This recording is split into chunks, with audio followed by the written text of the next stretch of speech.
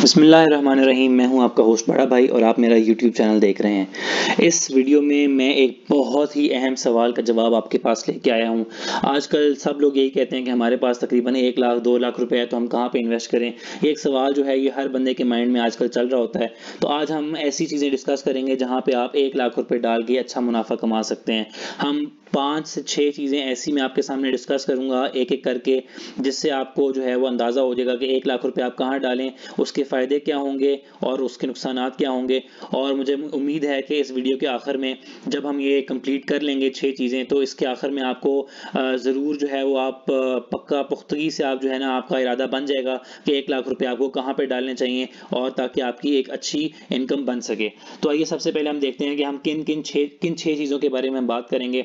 इस वीडियो में हम बात करेंगे गोल्ड की, उसके बाद हम बात करेंगे क्रिप्टो करेंसीज की, फिर हम बात करेंगे कि जो प्राइस बॉन्ड्स होते हैं उनकी बात करेंगे, सेविंग अकाउंट्स की बात करेंगे, फॉरेन करेंसी की बात करेंगे और आखिर में हम बात करेंगे स्टॉक मार्केट की। इन छः की छः चीज़ों में हम देखेंगे कि इस टाइम इसमें इन्वेस्ट करना 1 लाख रुपए इसमें इन्वेस्ट करें तो हमें कितना मुनाफा हो सकता है और क्या किस में इन्वेस्ट करना चाहिए। तो सबसे पहले हम गोल्ड देख लेते हैं। आज के अगर रेट देखें तो गोल्ड का तकरीबन जो है वो 10 ग्राम जो 24 कैरेट गोल्ड है उसका रेट है वो तकरीबन 2 लाख रुपए है।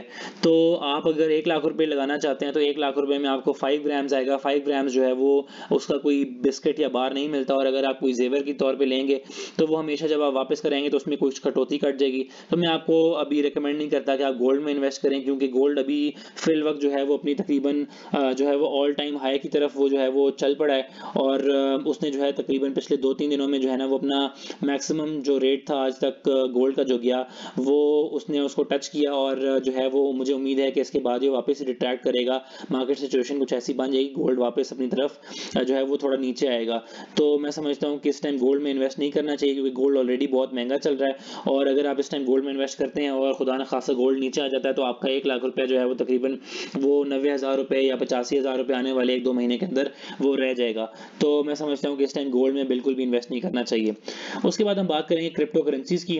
तो क्रिप्टो करेंसीज में जो है एक मेजर जो मेन क्रिप्टो करेंसी है वो हमारा बिटकॉइन है, और बिटकॉइन में हम देखते हैं कि बिटकॉइन तकरीबन 69,000 के जो एरिया था $69,000 का, उसको टच करके तकरीबन अपनी जो है वो 60-70% अपनी जो है ना वो हैसियत वो खो चुका है। वो तकरीबन 16,000 तक जो है वो अभी डाउन गया, और तकरीबन 70-80% इसने पोर्टफोलियो अपना लूज किया। ये थोड़ा सा ऊपर की तरफ चल तो पड़ा है, लेकिन मुझे उम्मीद है कि इसका जो मार्केट साइकिल है वो तकरीबन साल डेढ़ के अंदर पूरा होगा, और वो दोबारा साल डेढ़ के अंदर वो दोबारा जो है वो ऊपर की तरफ जाएगा। लेकिन क्योंकि क्रिप्टो करेंसीज बहुत ही वोलेटाइल हैं और फ्लक्चुएशन बहुत ज़्यादा इसमें होती है, तो अगर आप सेफ इन्वेस्टमेंट करना चाहते हैं 1 लाख रुपए की, और ये आपकी जमा पूंजी कुल जमा पूंजी आपकी यही है, तो मैं आपको रिकमेंड नहीं करूंगा कि आप जो है वो क्रिप्टो करेंसीज में इन्वेस्ट करें। ये एक तेज़ जरिया हो सकता है अमीर होने का, लेकिन ये एक तेज़ जरिया ये भी हो सकता है कि आपको बिल्कुल आपके पैसे डूब जाएं। तो मैं आपको रिकमेंड नहीं करता कि आप अगर आप सेफ इन्वेस्टमेंट करना चाहते हैं तो 1 लाख रुपए आपको क्रिप्टो करेंसीज में नहीं डालने चाहिए। इसके बाद हम बात करेंगे प्राइस बॉन्ड्स की। तो प्राइस बॉन्ड्स में अगर हम देखें तो जो है वो 100 रुपये का प्राइस बॉन्ड मिलता है, 200 का, 750 का, 1500 का, 7,500 का, 15,000 का, 25,000 का, 40,000 का और 40,000 का एक प्रीमियम बॉन्ड भी मिलता है। तो प्राइस बॉन्ड का ये होता है कि ये आपकी लक है, अगर वो निकल आए तो आपका जो है वो छक्का लग जाता है, लेकिन अगर ना निकले तो आपकी वैल्यू ऑफ मनी जो है वो, जैसे कि इन्फ्लेशन हमारी बढ़ रही है, हर रोज़ हम देखते हैं कि 2% 3% इन्फ्लेशन हमारी बढ़ रही है।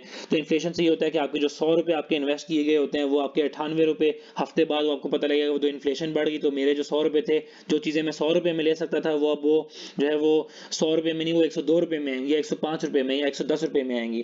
तो जो है वो विद इन्फ्लेशन इंक्रीजिंग, तो बॉन्ड जो है लेके रखना साल डेढ़ के लिए 2 के लिए, तो मैं समझता हूँ ये बेवकूफ़ी होगी। आपका वैल्यू ऑफ मनी जो है ना वो लूज़ होती जाती है विद टाइम। तो जैसे कि आप देखें कि कुछ अर्सा पहले 3 साल पहले जो है तकरीबन 80-82 हज़ार रुपये का तोला सोना था, आज जो है वो 2 लाख रुपये 2,30,000-36,000 रुपये पर तोला सोना चला गया। तो मैं समझता हूँ कि प्राइस बॉन्ड्स में अपने पैसे फंसा के रख लेना इस उम्मीद में कि वो कभी डबल हो जाएंगे, ट्रिपल हो जाएंगे या छक्का लग जाएगा, तो ये एक बेवकूफ़ी है। उसके बाद हम बात करेंगे जी सेविंग अकाउंट्स की। तो सेविंग अकाउंट्स में हम देखते हैं कि आजकल रेट जो है वो गवर्नमेंट ऑफ पाकिस्तान ने बहुत अच्छा रेट दिया हुआ है। वो इसलिए भी दिया हुआ है कि हमारे ख़जाने बिल्कुल खाली हो चुके हैं, और वो कोशिश यही कर रहे हैं कि जी लोग ज़्यादा से ज़्यादा अपना जो पैसा है उसको पूल इन करें करें और पूल इन करके जो है वो गवर्नमेंट के जो ज़खायर हैं उसके अंदर डालें और उसके ऊपर जो है गवर्नमेंट एक अच्छा रेट सबको दे रही है। इसमें हर बंदे का जो है वो नज़रियाती इख्तिलाफ भी हो सकता है कि वो शरई और गैर शरई, वो आपका अपना फैसला है। मैं आपको सिर्फ ये बता रहा हूँ कि आप कहाँ पे इन्वेस्ट कर सकते हैं।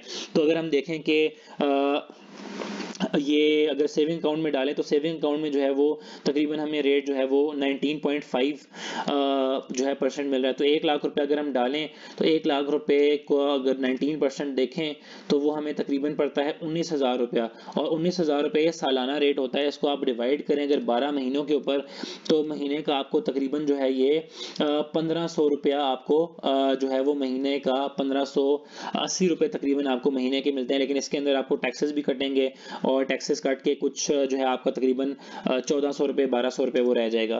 तो ये भी एक अच्छी अपॉर्चुनिटी है। 19.5% का मतलब यही है कि 1500 रुपये 1400 रुपये आपको महीने के 1 लाख रुपये के ऊपर आपको मिल सकते हैं। अच्छा, इसके बाद हम बात कर लेते हैं फॉरेन करेंसी की। तो फॉरेन करेंसी का अगर आप रेट देखें तो आजकल जो स्ट्रॉन्ग फॉरेन करेंसी और जो कि दुनिया में मानी जाती है वो है US डॉलर। और US डॉलर जो है वो इस टाइम 295 रुपीज़ का जो है वो इंटर बैंक में ट्रेड कर रहा है और ओपन मार्केट में तकरीबन 300 से ऊपर भी ये गुजर चुका है। तो US डॉलर का अगर हम देखें तो ये जो है तकरीबन अपना ऑल टाइम हाई जो है वो अचीव कर चुका है। ऑल टाइम हाई का मतलब ये है कि आज तक ये इतना ऊपर नहीं गया जितना ये भी चल रहा है।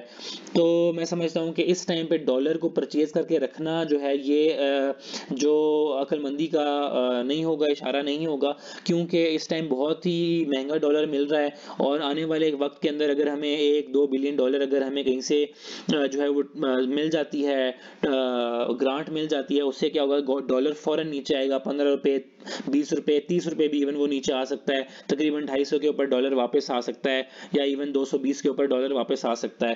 तो आपका जो लाख रुपया इन्वेस्ट किया गया जो है वो तकरीबन ये ना हो कि 80,000 रुपया रह जाए, क्योंकि डॉलर इस टाइम बहुत महंगा मिल रहा है।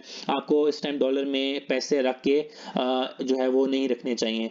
और आखिर में हम बात करेंगे स्टॉक मार्केट की। ये मैंने आखिर में इसलिए रखा है क्योंकि ये मेरा सबसे फेवरेट टॉपिक है और मैं देखता हूँ कि ये इस टाइम कोई ऐसी अपॉर्चुनिटी नहीं है जो आपको इतना अच्छा मार्जिन और प्रॉफिट बना के दे जितना स्टॉक मार्केट बना के देती है।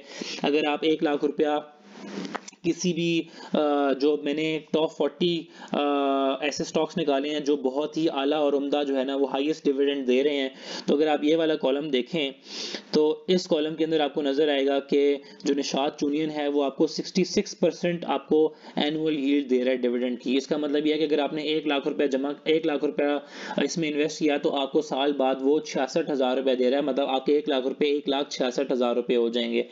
उसके बाद अगर आप बात करें ये सैफ पावर की तो ये आपको 46% जो है ना वो 46.75% आपको यील्ड दे रहा है सैफ पावर प्लांट। उसके बाद अब बात करें तो ये आपको जो है ये कोहिनूर एनर्जी जो है वो आपको 38% आपको मुनाफा दे रही है। इसी तरह जो है बाकी मैंने 40 स्टॉक्स ऐसे ये मैंने लिस्ट निकाली है, ये मैं डिस्क्रिप्शन में भी डाल दूंगा।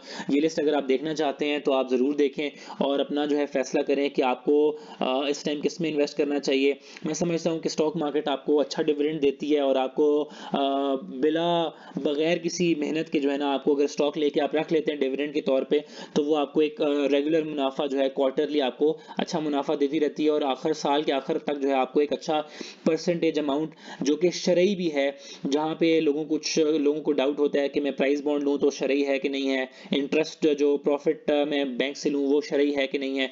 तो इसमें जो है ना ये मैं समझता हूँ कि ये एक इस पे बड़े फतवे भी आ चुके हैं कि स्टॉक मार्केट में इन्वेस्ट करना डिविडेंड के लिए ये एक शरई तरीका है अपने आमदनी को इंक्रीज करने का। तो अगर आपके पास कोई और टॉपिक हो जिस पे आप चाहते हैं कि हम डिस्कस करें, हम उस चीज़ को इंकॉर्पोरेट करें, तो ज़रूर कमेंट्स में मेंशन करें। तो मैं ये लिंक जो है डिस्क्रिप्शन में डाल दूंगा, आप में से जो लोग भी इसको देखना चाहें वो देख सकते हैं। इसी के साथ आप मुझे इजाज़त दें। आपका होस्ट, आपका दोस्त, बड़ा भाई।